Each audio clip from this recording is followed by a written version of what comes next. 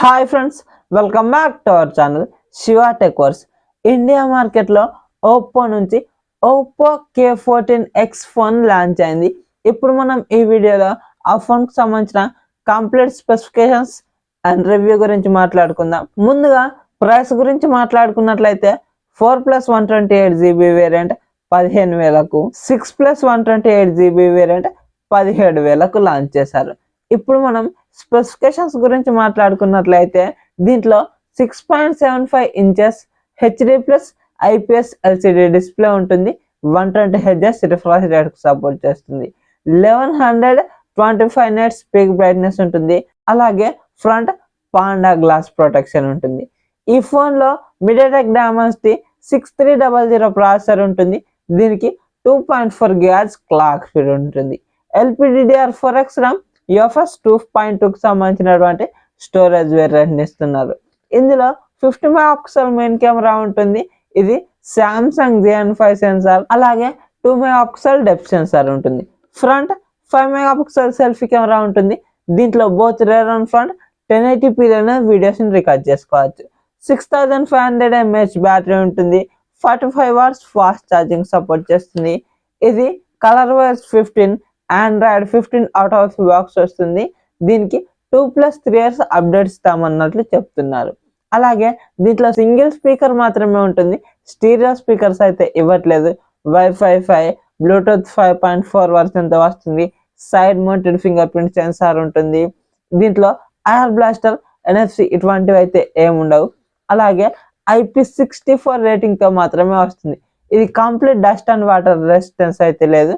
Complete dust resistance ఉంది కానీ complete water resistance అయితే ఇవ్వట్లేదు. అలాగే దీనికైతే మంచి ప్రొటెక్షన్ ఉంటుందని అయితే చెప్తున్నారు.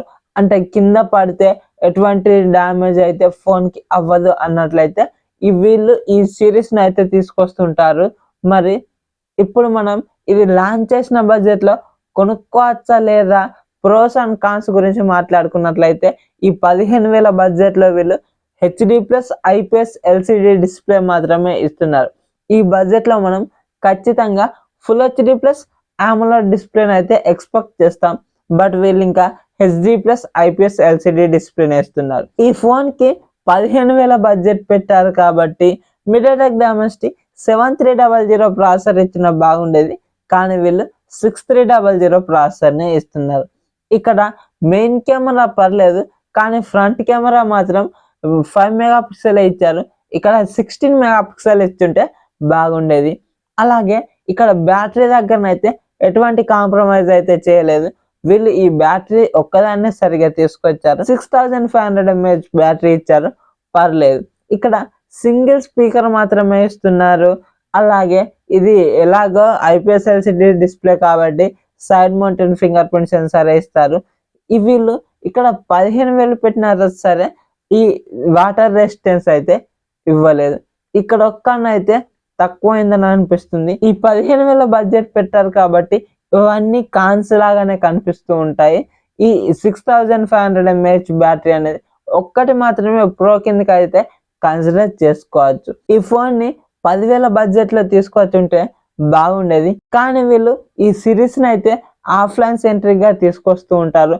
అంటే ఇది ఎటువంటి డ్యామేజ్ కూడా ఈ ఫోన్కి అవ్వదు, కింద పడినా సరే అన్నట్లు వీళ్ళు అయితే మంచిగా అడ్వర్టైజ్ చేసుకొని ఆఫ్లైన్లో ఎక్కువగా అమ్ముతూ ఉంటారు. అందుకని చెప్పేసి ప్రైస్ని ఎక్కువగానే పెట్టారు.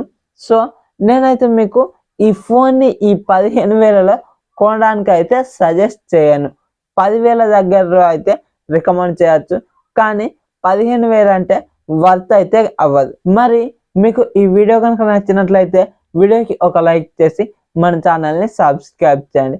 సో దట్ నేను వీడియోస్ పెట్టగానే మీకు నోటిఫికేషన్ రూపంలో వస్తూ ఉంటుంది. Thank you so much for watching and by by now.